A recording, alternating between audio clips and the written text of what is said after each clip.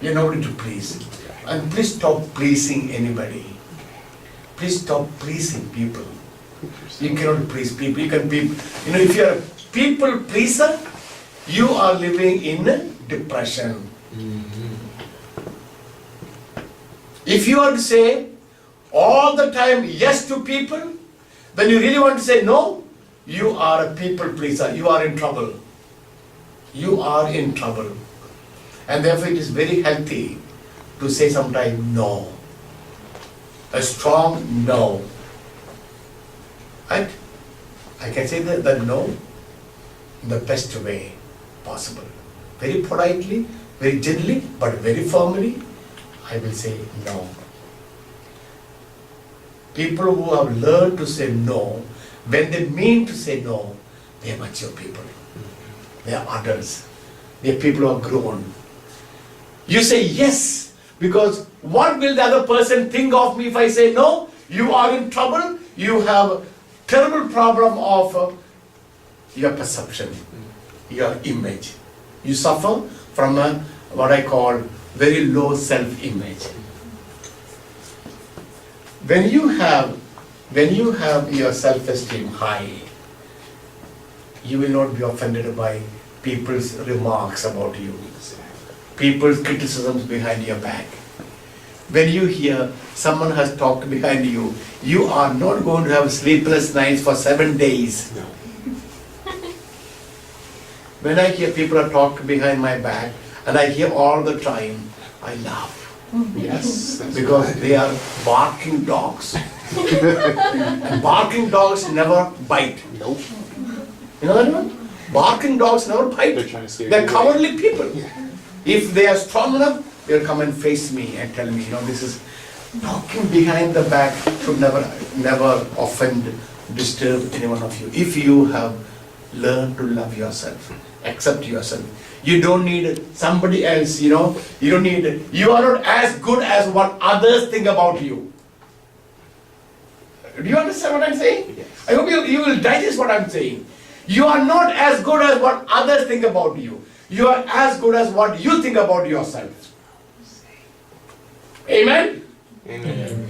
If you are only as good as what others think of you, you are idiots, I'm telling you. You are absolutely idiots. I tell you, you are absolutely idiots. You are. You know what others think of me can help me Yeah, I don't to some extent. If they think of me good, okay, all right. If they don't think of me well, it's also all right for me. What matters is, I am not what you think about me. I am what I think of myself. This is a key to help you to make a decision. This decision that I'm making with my prayer and meditation and discernment will hurt some people. Yes? But it will be a wise decision that I'm making for the rest of my life. Whether I'm hurting, that is a choice that others make, right? If they want to be hurt, they will be hurt. But I am not intending to hurt them, I am intending to be honest with my decision. And that will get me into my life. And then I begin to live my life, my own life for my, see, many people live for parents for a long time, they live for parents. But I always tell them, your parents are not going to be there forever. You need to live your life. You need to make your life or you break your life.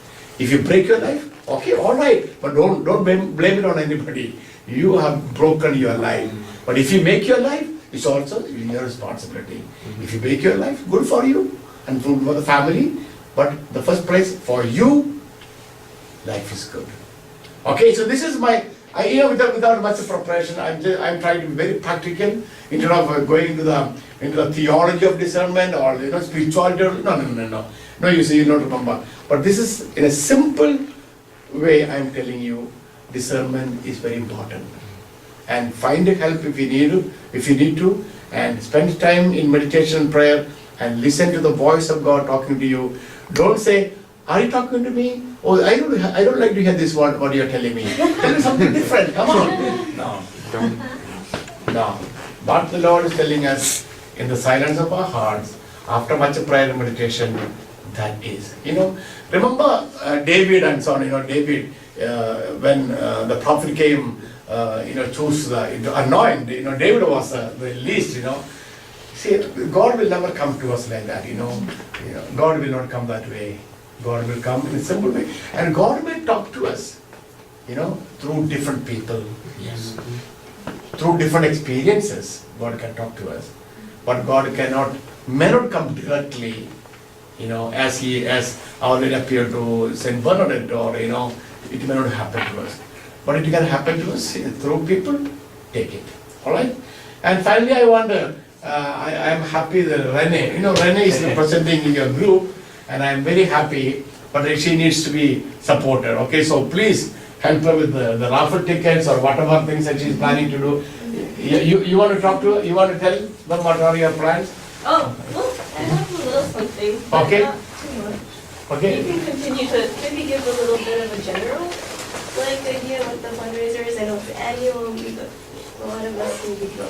Yeah, see, okay, this is what I like to share, okay, thanks. All right, see, okay? Yeah, this is my idea, okay, about a church or an organization or a group or whatever,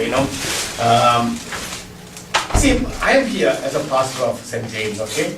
So naturally, you will, this is for Anthony's church, and, so this is my responsibility and my, okay. I don't look at it that way. See, today I am in St. James, tomorrow I may not be in St. James, I am not, I may be elsewhere, But for me, I experience a sense of belonging here. That's very important. And I'm not talking about St. James, we should all experience a sense of belonging. That is one of the fundamental psychological conditions, requirements for our well-being. Suppose you belong to a group, you belong to this Single for Christ. Do you experience a sense of belonging? Which means, I belong to this group, I am part of this group, I am proud of this group, I am proud of this group. I remember I heard sometime, long time ago, I talked to you about, Father Silva, the Indian priest came and talked about 3 P's, right? You remember? Promote, protect, and project. I belong to this group, I need to promote one another. Promote, 3 P's. I need to promote one another. I must support you. I must promote you. I must say good things about you.